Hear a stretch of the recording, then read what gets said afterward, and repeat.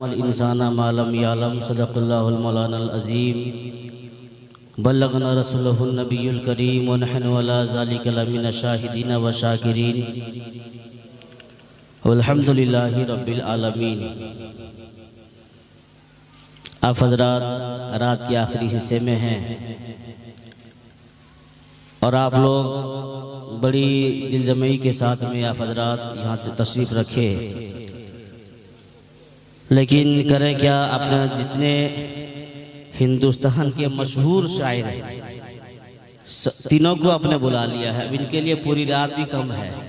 दिल तो चाहता था कि नदीम रज़ा फैज़ी और पढ़ें, क्योंकि हम खुद झूम रहे थे, हम सब लोग झूम रहे थे, लेकिन जब हम आए हैं तो अपनी हाजिरी भी हो जाए, इस गर्ज से मैं आप हज़रात की बारगाह में कुछ देर के लिए आया हूँ। आप लोग सुनेंगे, अगर आप लोग मुझे बर्दाश्त कर लिए, मैं समझूंगा कि आप सुनना चाहते हैं, और जिससे मेरा मकसद है वही लोग यहाँ मौजूद हैं। जो आज के ज़माने में जिसको बात कही जाए वही लोग यहाँ मौजूद हैं, जो हमारी मुस्तकबिल हैं। ये लोग आप ही लोग अगर इस बात पे अमल पैरा होंगे तो इंशाअल्लाह कुछ गुफ्तगू मैं करूँगा। पहले आप मुझे आजमाएं, मैं आपको आजमाऊँगा। अगर दोनों का मामला बराबर रहे तो फिर बातें होगी इंशाअल्लाह आगे।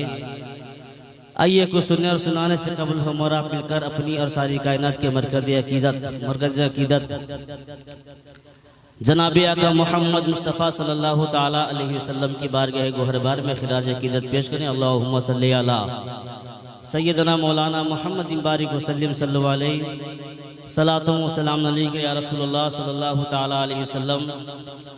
मुझसे कबला फजरात ने उस्ताजुल उलमा, उस्ताजुल असातिज़ा, हमारे उड़ीसा की जान, उड़ीसा की शान हज़रत अल्लामा मौलाना मुफ्ती हनीफ आला मिसबाही शेखुल हदीस दारुल उलूम मुजाहिद मिल्लत धामनगर शरीफ से आपने पुरमग़ज़ खिताब समाअत फरमाया।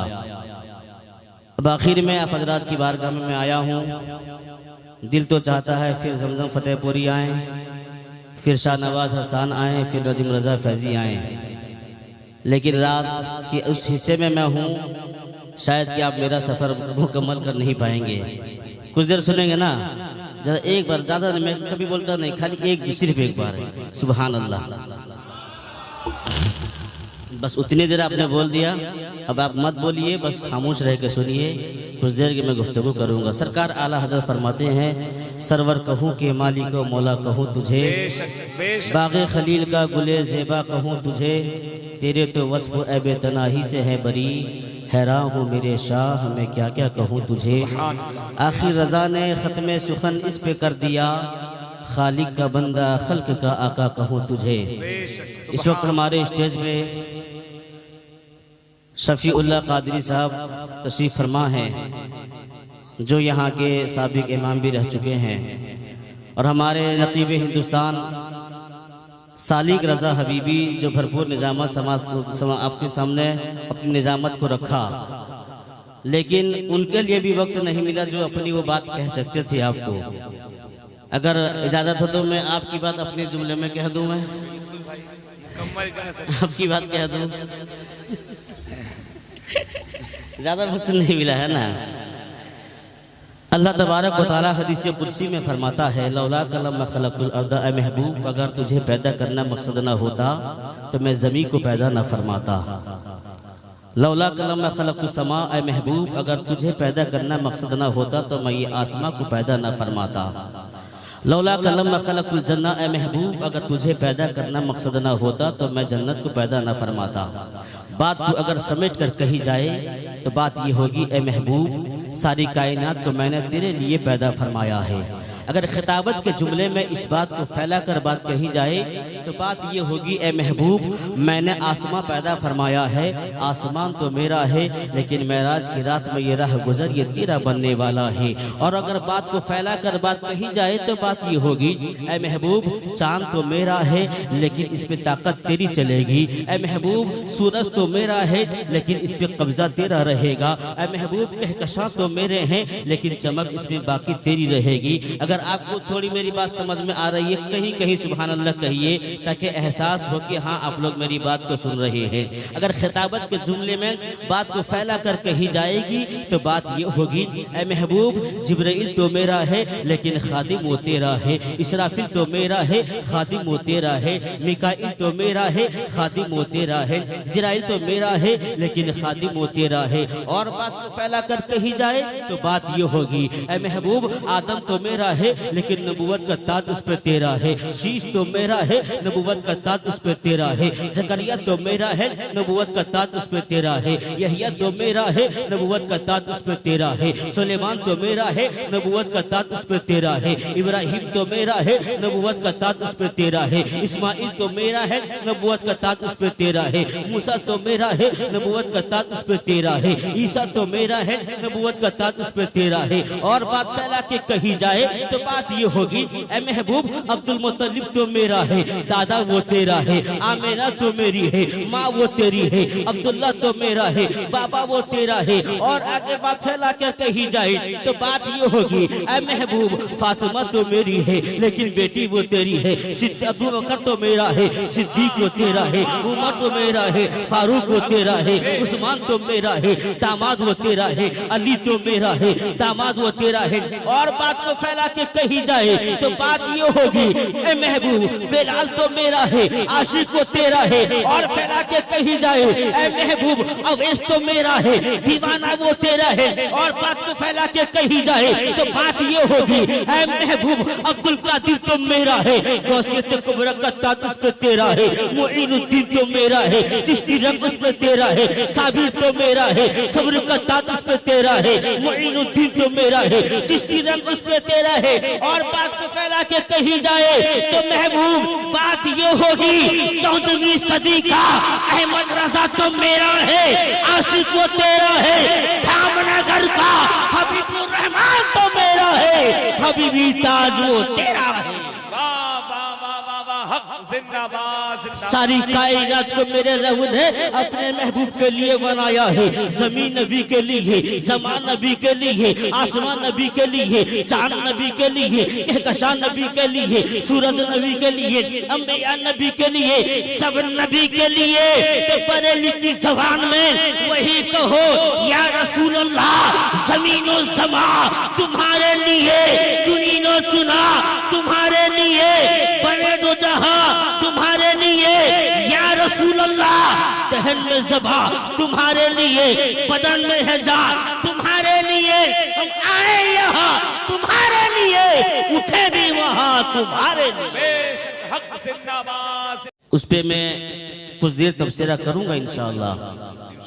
अगर ये बच्चे हमारी गुफ्तगू को थोड़ी देर सुने कि आज के जमाने में हमें जरूरत किस चीज की है, इस चीज पे जरा सा हम ध्यान रखेंगे।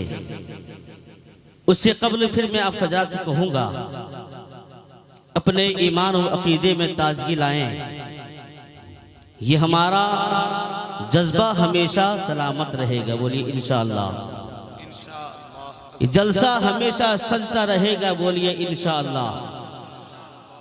लेकिन मेरा एक सवाल आपके मजमे से है, अगर कोई बेदीन आए कहे नदीम रजा फैजी मुझे मुसलमान बना दीजिए, नदीम रजा फैजी क्या कहेंगे? जाओ पहले नमाज पढ़ो। क्या कहेंगे?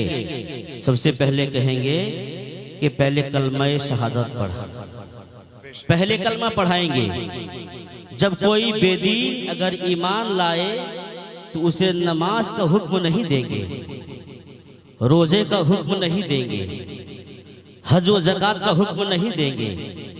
सबसे पहले हम क्या पढ़ाएंगे? कलमा।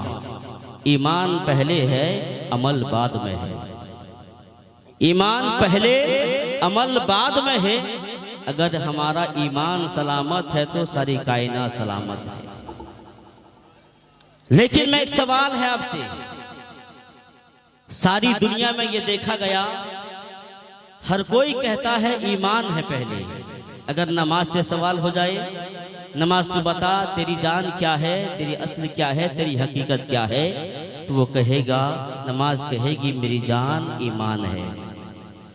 रोजे से पूछो रोजा तू ही बता, रोजा कहेगा मेरी जान ईमान है, हज कहेगा मेरी जान ईमान है, ज़कात कहेगा, ज़कात कहेगी मेरी जान ईमान है, अमाले सालेहा कहेंगे मेरी जान ईमान है, हर कोई कह रहा है मेरी जान ईमान है। क्या कभी हमने सोचा कि ईमान की भी कोई जान है? अगर मैं मौलाना शफीउल्लाह कादरी साहब से कहूँ कि हजरत अब बताइए, नमाज कहती है ईमान मेरी जान है, रोज़ा कहता है ईमान मेरी जान है, हज कहता है ईमान मेरी जान है, ज़कात कहती है ईमान मेरी जान है, क्या ईमान की भी कोई जान है? मौलाना शफीउल्लाह कादरी कहेंगे हाँ मौलाना नियाज मुजाहिदी ज़माने से कह दो, अरे इस बात का पता तुम्हें यहाँ नहीं मिलेगा, बरेली की बारगाह में जाओ, इमाम इश्क मोहब्बत की बारगाह में अपना सवाल रखो, वही बता देंगे। अब मैं इमाम इश्क मोहब्बत सैयदी आला हजरत की बारगाह में अपना इस्तिगासा पेश किया, सरकार मैं आपकी बारगाह पे सवाल लेके आया हूँ। नमाज कहती है मेरी जान ईमान है, रोजा कहता है मेरी जान ईमान है, हज कहता है मेरी जान ईमान है, ज़कात कहती है मेरी जान ईमान है, रोजा कहता है मेरी जान ईमान है, आमाले सालेह कहते हैं मेरी जान ईमान है। आखिर मैं परेशान में हूँ क्या कि ईमान की भी कोई जान है, ईमान की भी कोई असल है? इमाम इश्क मोहब्बत तसव्वुर की दुनिया में जवाब देते हुए नजर आएंगे। मौलाना नियाज मुजाहिदी अपनी कौम से बता देना हाँ हाँ नमाज सही कहती है, नमाज की जान ईमान है, रोजे की जान ईमान है, हज की जान ईमान है, ज़कात की जान ईमान है, लेकिन याद रखना ईमान की भी कोई जान है, ईमान की भी कोई जान है। मैंने कहा इमाम इश्क मोहब्बत आखिर ईमान की जान क्या है? इमाम इश्क मोहब्बत ने कलम उठाया और इश्क में ये कहा हाँ हाँ नमाज की जान ईमान है, रोजे की जान ईमान है, लेकिन ईमान की जान कोई और नहीं, अल्लाह की सरताबा कदम शान है ये, इंसान ही इंसान वो इंसान है ये। कुरान तो ईमान बताता है इन्हें, ईमान ये कहता है मेरी जान है ये। सुभान अल्लाह, जिंदाबाद जिंदाबाद, हक ईमान ये कहता है मेरी जान है ये। लोगों आज के जमाने में क्या चीज किस चीज की जरूरत है?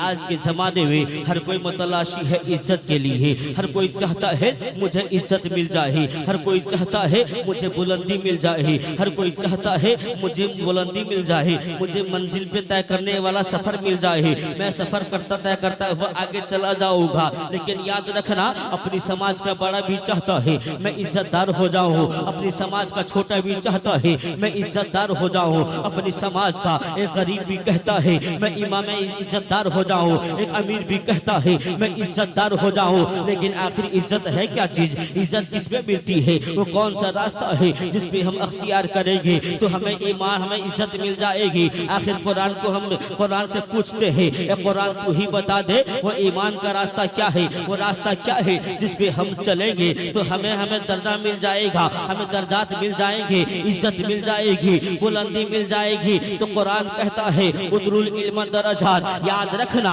इज्जत तुम्हें किसी और चीज में नहीं मिलेगी, बुलंदी किसी और चीज में नहीं मिलेगी। अगर तुम दुनिया में इज्जत के मुतलाशी हो तो इज्जत कहीं और नहीं, इज्जत तुम्हें इल्म सीखने में है, इल्म सीखोगे इज्जत मिलेगी, इल्म सीखते रहोगे, एजुकेशन रहेगा तुम्हारे पास में, इल्म रहेगा, एजुकेशन रहेगा, तुम तरक्की करते चले जाओगे। देखा नहीं आज के जमाने में एक डॉक्टर को इज्जत मिल रही है, एक फिलासफर को इज्जत मिल रही है, एक इंजीनियर को इज्जत मिल रही है। आखिर क्यों? आपका ये जब सवाल होगा तो जवाब सुनो। एक इंजीनियर को उसकी इज्जत इसलिए मिलती है कि वो उसने इल्म हासिल किया है, एक डॉक्टर को इल्म मिलता है, एक डॉक्टर को इज्जत मिलती है इसलिए कि उसने इल्म हासिल किया है, एक फिलासफर को उसको इज्जत मिलती है इसलिए कि उसने इल्म हासिल किया है। लेकिन याद रखना अगर कोई डॉक्टर है उसी डिपार्टमेंट में उसको इज्जत मिलती है, किसी और डिपार्टमेंट पर नहीं मिलने वाली है। अगर फिलासफर है उसको उसी रास्ते में दर्जात मिलते हैं, किसी और जगह में कोई पूछता नहीं है। अगर कोई मेडिकल कॉलेज का प्रोफेसर है तो अपनी दुनिया में उसको इज्जत मिलती है। लेकिन याद रखना एक दुनिया में एक ऐसी किताब है, एक ऐसा इल्म है उसका सीखने वाला हमारे जमाने से आगे रहता है, उसके पीछे इंजीनियर भी है, उसके पीछे डॉक्टर भी है, उसके पीछे फिलासफर भी है, उसके पीछे वकील भी है, उसके पीछे सारी दुनिया है। आखिर इस परेशानी की आलम में मैं आपको बताऊंगा। आखिर आप कहेंगे मौलाना नियाज, जमाने में तो देखा है एक डॉक्टर करोड़ों के रुपए कमाता है, वो पीछे कैसे रह गया? एक साइंटिस्ट पैसा कमाता है बहुत ज्यादा, वो पीछे कैसे रह गया? तो याद रखना, ये जो जमाने के कमाने वाले हैं, इन्होंने कोई और नहीं दुनिया की किताब को याद किया है, लेकिन जो सबसे आगे निकल गया उसकी तनख्वाह तो ज्यादा नहीं, उसके पास पैसा तो ज्यादा नहीं, लेकिन हाँ उसने कुरान की तालीम को हासिल किया है, जिसे दुनिया आलिम दीन कहती है, जिसे दुनिया हाफिज कुरान कहती है। इसलिए जब मुसल्ला इमामत पे हाफिज कुरान खड़ा होता है, वक्त का इमाम खड़ा होता है, डॉक्टर भी उसके पीछे है, इंजीनियर भी उसके पीछे है, फिलासफर भी उसके पीछे है। आखिर किसी ने एक डॉक्टर से पूछा, डॉक्टर तुम पीछे, वो आगे निकल गया, पैसा तुम्हारे पास में है, दौलत तुम्हारे पास में है, रुपया पैसा तुम्हारे पास में है, तुम पीछे, वो कैसे आगे निकल गया? तो जवाब यही होगा, एक डॉक्टर कहेगा हम डॉक्टर इसलिए बने दुनिया के इंसान की लिखी हुई किताब से बने हैं। एक फिलासफर कहेगा दुनिया के इंसान की लिखी हुई किताब से बने हैं। अगर हमने इल्म हासिल किया है दुनिया के इंसान की लिखी हुई किताब से, लेकिन वो जो मुसल्ला इमामत पे खड़ा है वो कोई और नहीं, उसने अल्लाह के कलाम को याद किया है। इसलिए जो अल्लाह के कलाम को याद करता है जमाने में सबसे आगे रहता है। और ये उलमाओं का एक ही जवाब कल भी था और आज भी है, जमाना सुन ले तेरी सोच गलत है, काले मोहम्मद काले खुदा, फरमान न बदला जाएगा, बदलेगा जमाना लाख मगर कुरान न बदला जाएगा। नारे तकबीर, नारे रिसालत, मसलके आला हजरत, फैजाने मुजाहिदे मिल्लत, जिंदाबाद जिंदाबाद, वाह हक सुभान अल्लाह सुभान अल्लाह। बदलेगा जमाना लाख मगर कुरान न बदला जाएगा। लेकिन याद रखना, इस जमाने को इस वक्त में लड़ाई बम बारूद की नहीं है, अभी के वक्त में लड़ाई तोप गोला की नहीं है, अभी में लड़ाई नेजा तलवार की नहीं है, लड़ाई मीडिया की है, इल्म की लड़ाई है, कलम की लड़ाई है। आज एक जमाने को एक डॉक्टर की जरूरत है, इस जमाने को, इस समाज को एक अच्छे फिलासफर की जरूरत है। लेकिन याद रखना, हमने अपने बच्चों का रुख किधर किया? इंग्लिश मीडियम की जानिब किया। इंग्लिश मीडियम हमने भेजा, बात सही है, स्कूल से गाड़ी आती है, हमारे बच्चों को लेकर के वो स्कूल जाती है, और स्कूल जाने का आलम ये होता है वक्त से पहले हमने सूट बूट तैयार कर लिया है, उसके लिए उसके यूनिफॉर्म को तैयार कर लिया है, वक्त से पहले हम उसको स्कूल भेजते हैं, वक्त से पहले उसकी तनख्वाह भी दे देते हैं। आखिर क्यों? मैं कहूँगा, आप जवाब देंगे मौलाना नियाज, हम चाहते हैं कि हमारा बच्चा पढ़ लिख के बड़ा आदमी हो जाए, हमारा बच्चा पढ़ लिख के एक डॉक्टर बन जाए, एक फिलासफर बन जाए, एक इंजीनियर बन जाए। मैं कहूँगा हाँ हाँ, अपने बच्चे को आलिम दीन पढ़ाओ, अपने बच्चे को डॉक्टर पढ़ाओ, अपने बच्चे को फिलासफर बनाओ। लेकिन याद रखना, जिस स्कूल में तुमने भेजा है, तुम्हारा बच्चा साइंस पढ़ता है, तुम्हारा बच्चा ज्योग्राफिया पढ़ता है, तुम्हारा बच्चा बायोलॉजी पढ़ता है, तुम्हारा बच्चा टेक्नोलॉजी पढ़ता है, तुम्हारा बच्चा साइंस की किताबों को पढ़ता है। लेकिन दिल में जरा हाथ रख के बताना, जिस किताब को वो पढ़ा है, बताओ तो कोई सही कि किसी इंग्लिश मीडियम की किसी बुक में इंसानियत का भी दर्स दिया गया हो? क्या किसी किताब में, क्या किसी साइंटिस्ट की किताब में, किसी पन्ने में इंसानियत का दर्स दिया गया है? नहीं दिया गया है। क्या ज्योग्राफी के किसी पन्ने में इंसानियत का दर्स दिया गया है? नहीं दिया गया है। आखिर क्या वजह है कि मेरा बच्चा एक डॉक्टर तो बन गया लेकिन अच्छा इंसान न बन सका, मेरा बच्चा एक फिलासफर तो बन गया लेकिन अच्छा इंसान बन न सका, मेरा बच्चा वकील तो बन गया लेकिन अच्छा वकील नहीं बन सका, मेरा बच्चा तो वकील बन गया लेकिन एक अच्छा इंसान न बन सका। अगर मेरा बच्चा डॉक्टर बना है, एक अच्छा इंसान बनता तो मरीज एक्सीडेंट पे आता, ये पहले न कहता कि फॉर्म भरा जाए तब जाके मैं इसको हाथ लगाऊंगा। एक अच्छा इंसान होता डॉक्टर के साथ में तो सबसे पहले उस मरीज को बचाने की कोशिश करता। इसलिए समझ में आया, डॉक्टर तो है लेकिन डॉक्टर के साथ में एक अच्छा इंसान नहीं है। लेकिन अगर कोई अपने समाज का वकील होगा, वकील तो अच्छा हो सकता है लेकिन अच्छा इंसान नहीं है। इसलिए कि अगर अच्छा इंसान होता किसी गरीब आदमी के केस को लेता, मुकदमा को लड़ता, उसके लिए पैसे की फरमाइश न करता। अच्छा इंसान नहीं था इसलिए पैसे की फरमाइश कर रहा है। एक अच्छा अगर इंजीनियर होता, अच्छे बिल्डिंग बनाता, वो 2-4 साल में नहीं गिरता। ये रोड अच्छे बनाता, ये रोड 2-4 साल में खराब नहीं होते। एक अच्छी बिल्डिंग बनाता, एक अच्छे पुल बनाता, ब्रिज बनाता जो 2 साल में नहीं टूटता। पता क्या चला? अच्छा इंजीनियर तो है लेकिन इंसान नहीं है। अच्छा डॉक्टर तो है लेकिन अच्छा इंसान नहीं है। इस समाज को डॉक्टर के साथ में एक अच्छे इंसान की जरूरत है। इस समाज को एक अच्छे फलासफर के साथ में एक अच्छे इंसान की जरूरत है। ऐ बाबलपुर के सुन्नी मुसलमानों, अपने दिल पे हाथ रख के कहना, तुम अपने बच्चों को डॉक्टर बनाओ, फलासफर बनाओ, सब कुछ बनाओ। याद रखना, जब तक तुमने अपने बच्चे को कुरान की तालीम नहीं दी, इसलिए तुमने अच्छी इंसानियत की तालीम न दी। अगर ये सबक कहीं मिलता है तो याद रखना, ज्योग्राफिया के किसी चैप्टर पे नहीं, किसी साइंस की किताब के किसी पन्ने में नहीं, इतिहास के किसी सतर में नहीं। अगर इंसानियत का दर्स मिलता है तो फकत मिलता है मदरसा में। जब मुस्तफा की तालीम हासिल करता है वही अच्छा इंसान बनते हैं। सुभान अल्लाह, सुभान अल्लाह, या रसूल अल्लाह, जिंदाबाद जिंदाबाद, बेशक जिंदाबाद जिंदाबाद, अल्लाह अकबर, क्या जिंदाबाद। इस समाज को एक अच्छे इंसान की जरूरत है, लेकिन याद रखना तालीम की इस वक्त बहुत जरूरत है।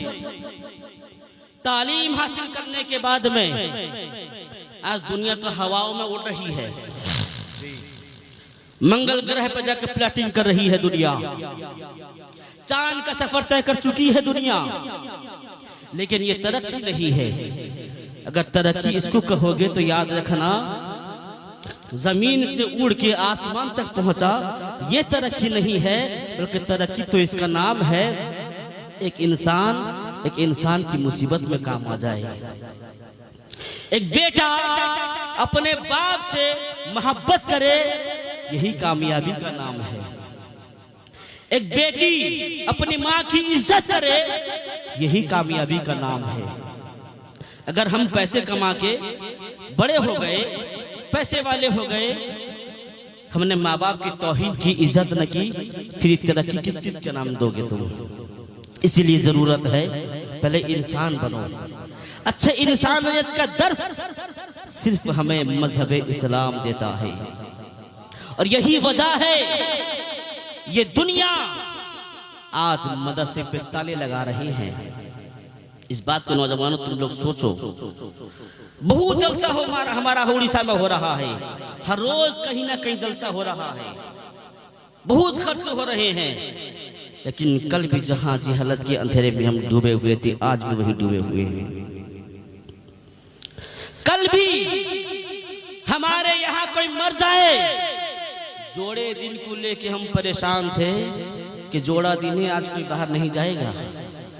40वां हो गया, जब तक 40 दिन ना आए तो कोई नया कपड़ा नहीं पहनेगा। 40वां जब तक ना होगा कोई मुर्गा का गोश्त नहीं खाएगा, है ना हजरत? कल जो जिहालत थी आज वो जिहालत है। फिर इनकलाब कब लाओगे तुम? करोड़ों रुपए तुमने खर्च किए, लाखों रुपए तुमने खर्च किए। सिर्फ मैं आपको नहीं, पूरे हिंदुस्तान से मेरा ये मुतालबा है, खुसूसी तौर पर उड़ीसा के हर उन लोगों से मेरा ये मुतालबा है कि तुमने बड़े बड़े कॉन्फ्रेंस किए, लेकिन आज हमारे अंदर सुधार क्यों ना आया? क्यों सुधार ना आया? इस जमाने में किस चीज की जरूरत है? कल भी हम अंधेरे में थे, अगर कोई हमारे घर पे कोई औरत छठी बड़ा छिला नहाए तो कल भी जो जिहालत आज भी वही जिहालत, कल भी जो परेशानियां उसके लिए थी आज भी वही परेशानियां, कल भी जैसे उसको सताया जा रहा था नापाकी की आलम में आज भी सताया जा रहा है। कहते हैं कि जिस दिन बड़ा छिला होगा 40 दिन मुकर्रर, चाहे उसकी पाकी हासिल हो जाए या ना हो, लेकिन 40 दिन होना चाहिए। मसला याद रखिएगा, एक औरत अगर अपने आप को पाक कर रही है 25 दिन में, उसके बाद में जो 15 दिन बाकी रहा है, उन 15 दिन की नमाज का इयादा जरूरी है, अगर न पढ़ेगी तो गुनहगार रहेगी। और जिसने फतवा बताया कि 40 दिन से पहले बड़ा छिला नहीं नहाते, तो याद रखना 15 दिन की नमाज का अजाब भी उसको मिलेगा। इसलिए जरूरत हमारे लिए ये थी, अगर हमारे पास में कोई हमारे घर पे कोई मुर्दा बनता है, अगर कोई इंतकाल फरमाता है, या कोई बच्चा पैदा होता है, या कोई और मसला आता है, तो हमें किसी समाज के बूढ़ी औरत से, ज़ईफ़ों से नहीं, बल्कि उलमाए किराम से राबता करके मसला पूछते कि आलिम दीन, इमाम साहब, मुफ्तियान निज़ाम, आप बता दीजिए इन चीजों के मसाइल का हल क्या है। अगर इस चीज पे हम जाते तो अंधेरे में न रहते। इसलिए आज जरूरत है इनकलाब पैदा करो, और इसके लिए जरूरत सबसे पहले मेरा मशवरा ये है, हर आदमी अपने इलाके में मकतब को मजबूत करे। मेरा सवाल यही है, ये दुनिया वाले मदरसे पे क्यों ताले लगा रहे हैं? अगर ताले लगाना ही था, किसी बड़े यूनिवर्सिटी पे ताला लगाते, इंजीनियर कॉलेज में ताला लगाते। इसलिए करोड़पति के बच्चे वहां पढ़ते हैं, लखपति के बच्चे वहां पढ़ते हैं, पैसे वाले के बच्चे वहां पढ़ते हैं। मदरसा में जो ताले लगाए जा रहे हैं, या कौन पढ़ता है? जिसके बाप नहीं, जिसका बाप नहीं होता है, वही यतीम बच्चा मदरसा में पढ़ता है, जिसके घर पे खाने पीने को नहीं रहता। इल्ला माशा अल्लाह, हर किसी को मैं नहीं कह रहा हूँ, लेकिन मिजाज हमारा ये बन गया है, मदरसा का मतलब यतीम बच्चा होता है, मदरसा का मतलब गरीब बच्चा होता है, जिसके पास खाने को न हो, जिसके बाप अपाहिज हो, उसी के बच्चे को ला के पढ़ाते हैं। मान लिया कि अगर गरीब बच्चा पढ़ रहा है, पढ़ने के बाद में क्या इसको किसी बाहर कंट्री पे नौकरी लग रही है, अगर ये बच्चा हाफिज कुरान बनता है, इसकी तनख्वाह क्या होती है? क्या ये करोड़ रुपया कमाता है? नहीं नहीं, मुसल्ले में कलमी बैठ करके, टूटी चटाई पे बैठ के आप लोगों के हाथों से दाल रोटी खा रहा था।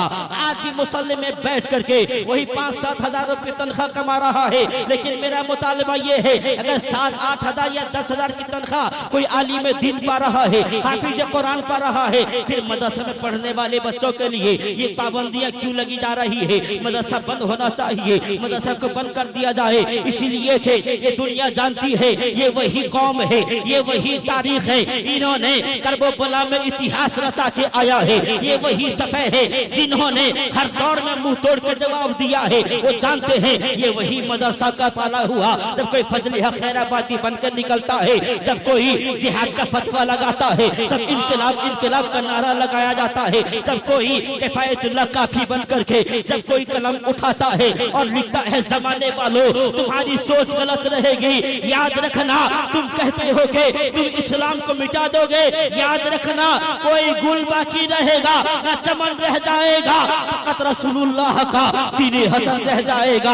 हर जमाने में इनकलाब का नारा इन उलमाओं ने लगाया है। दुनिया जानती है, जिस कौम की सेना कमजोर होती है, वो कौम को काटा जाता है, उस कौम को मारा जाता है। जिस कौम की फौज कमजोर होती है, उसकी कौम उसका आबाद नहीं होती है। इसलिए वो चाहते हैं कि इस्लाम को मिटाया जाएगा, इस्लाम को मिटाया जाएगा, कुरान को मिटाया जाएगा। इस्लाम को मिटाने के लिए आसान तरीका ये है, मदरसा को बंद कर दिया जाए, आलिम दीन का प्रोडक्ट बंद हो जाएगा, उलमाओं की जमात नहीं निकलेगी, इल्म दीन नहीं बने, आलिम दीन नहीं बनेंगे, इस्लाम मिट जाएगा। लेकिन ये उलमाए किराम हर दौर में, हर जमाने में जालिमों से अपने जवाब का ये ऐलान किया है, दुनिया वाले तेरी सोच गलत है, इस्लाम को मिटा देगा। हमारा ऐलान कल भी था, आज भी है, सुबह कयामत रहेगा। ऐलान ये है, इस्लाम था, इस्लाम है, इस्लाम रहेगा। कुरान था, कुरान है, कुरान रहेगा। इस्लाम की गर्दन पर हुसैन इब्ने अली का एहसान था, एहसान है, एहसान रहेगा। जिंदाबाद जिंदाबाद, बेशक हक। वाह वाह वाह वाह। एहसान था, एहसान है, और एहसान रहेगा। क्या उम्दा इसलिए याद रखना कुरान में हर चीज का इल्म है। इसलिए दुनिया किसी किताब के, दुनिया में कई और भी किताब है मजहबी किताब, किसी किताब के आगे दुनिया नहीं जाती है, इसी के पीछे की पड़ी है। इसलिए वो जानती है कुरान ही एक ऐसी सच्ची किताब है। क्योंकि हर राइटर जब कोई किताब लिखता है, किताब के आखिर में ये लिखता है मेरे लिखने में अगर कोई चूक हो गई हो, अगर हवाले में कोई गलत हो गई हो, गलत बात हो गई हो, निशानदेही कर देना, राबते के लिए ये नाम रहता है। लेकिन याद रखना कुरान एक ऐसी किताब है जिसमें सबसे पहले अलिफ लाम मीम पढ़ने के बाद में सबसे दूसरी आयत जो है यही है ज़ालिकल किताबो ला रैबा फी।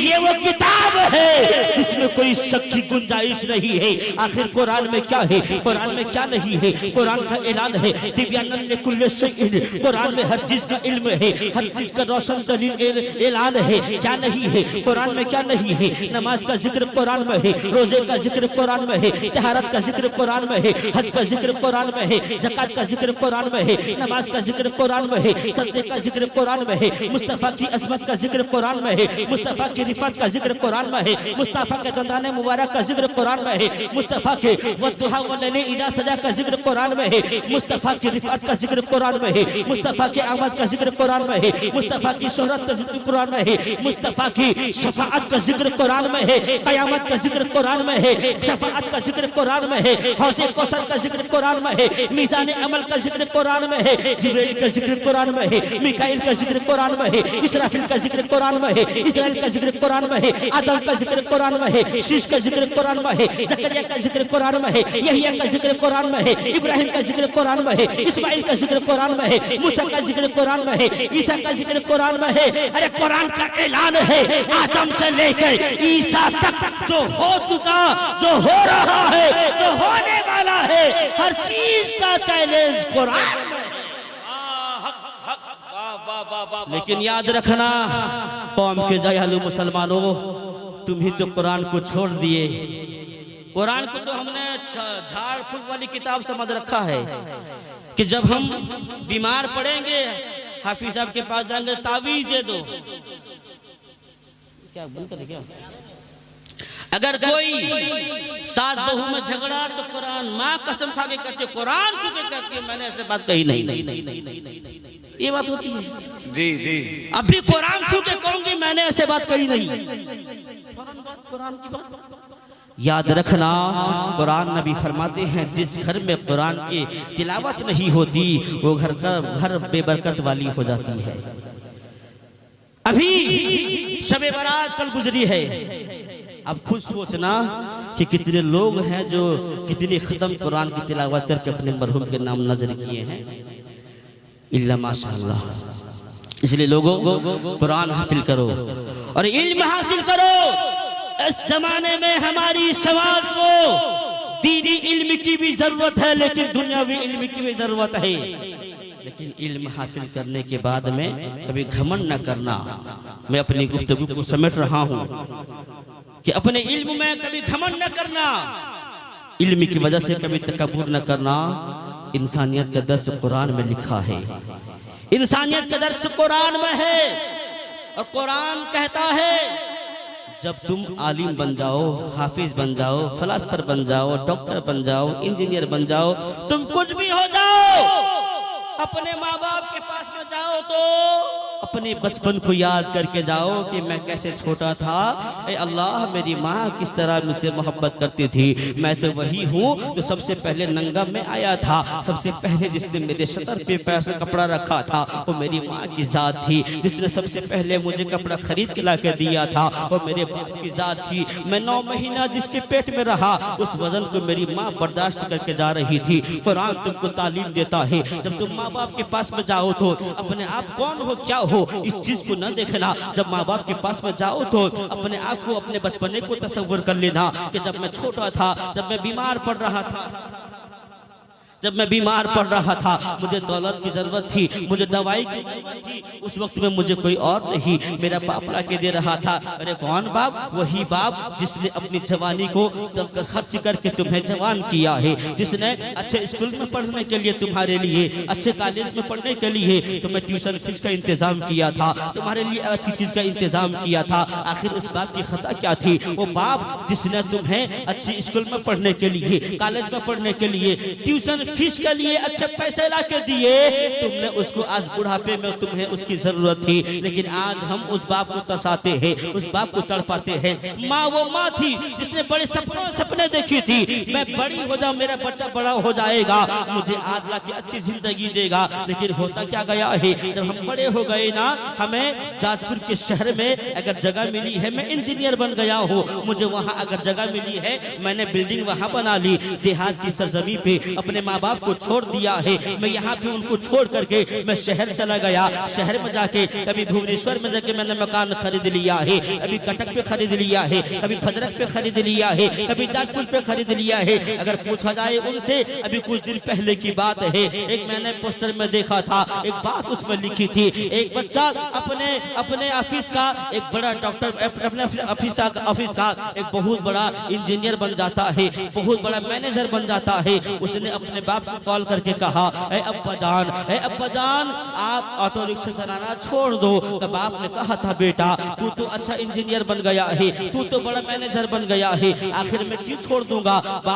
बेटा ने कहा था, अब्बा मेरे दोस्तों के दरमियान में मुझे कहने को अच्छा नहीं लगता कि मेरा बाप एक ऑटो चला रहा है, मेरा बाप देहात में ऑटो चला रहा है, मुझे अच्छा नहीं लगता है कहने के लिए। बाप ने कहा था, बेटा तू भूल गया वो जमाने को याद कर, जब तू छोटा बच्चा था, ऑटो चला चला के मैंने तेरी परवरिश की थी। आज जिस तू बैंक में मैनेजर बन के बैठा है, उस बैंक तक आने के लिए बहुत सारे रास्ते को तूने तय करके आया है।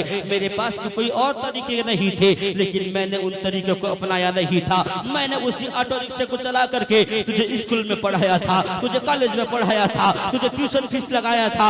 आज तू बड़े इंजीनियर बन गया है, बड़ा तो मैनेजर बन गया है, मैं अपना ऑटो रिक्शा नहीं छोड़ूंगा। लेकिन बेटे ने कहा था, अब्बा अगर तुम ऑटो रिक्शा नहीं छोड़ोगे, मुझसे रिश्ता नाता तोड़ना पड़ेगा। मैं कहूंगा आज इंसान अच्छा बन ना पाया, आज तो तरक्कियां बड़ी कर ली है, इंसान नहीं बन पाया।